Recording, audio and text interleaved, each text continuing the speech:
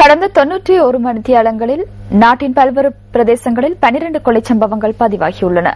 தொடர் கொலை சம்பவங்களினால் வரிசையில் புலத் சிங்கள மற்றும் கடவத்த பிரதேசங்களிலும் இன்று 4 கொலை செய்யப்பட்டுள்ளனர்.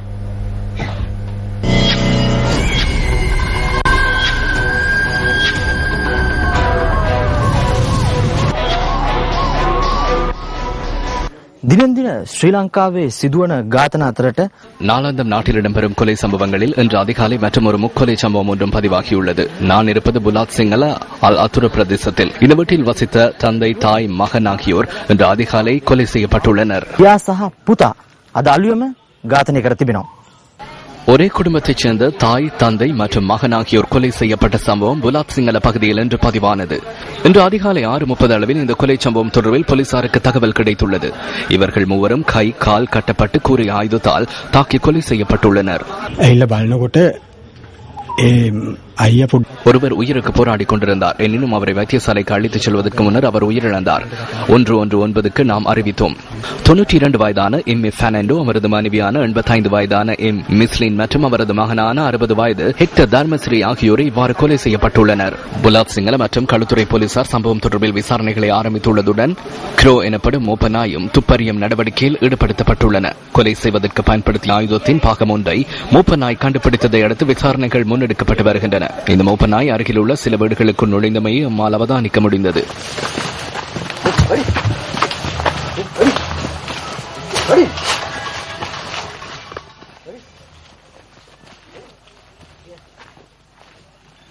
உயிரிழப்பதற்கு முன்னர் குறித்த குடும்பத்தினர் அண்மையில் காணி ஒன்றை விற்றுள்ளதாக கொலை செய்யப்பட்டவர்களின் உறவினர்கள் கூறினர்.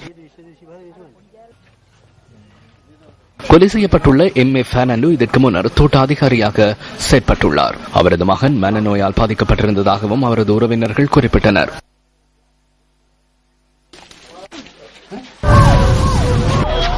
இதுவரை கடவத்தை வேப்பல கோனஹேன பிரதேசத்தில் வீடொன்றில் கூறிய ஆயுதத்தால் தாக்கப்பட்ட பெண் ஒருவர் கொலை செய்யப்பட்டுள்ளார்.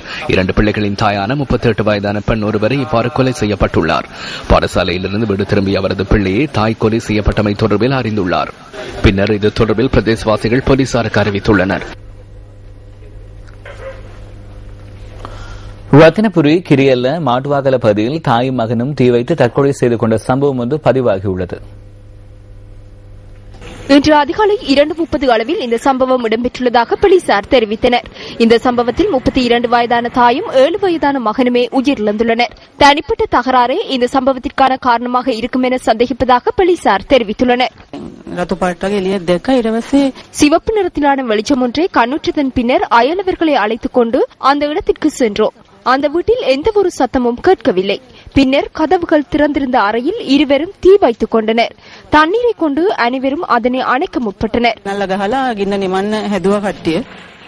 உயிரிழந்த தாயின் சடலம் தற்போது இரத்தினபுரி வைத்தியசாலையில் வைக்கப்பட்டுள்ளது.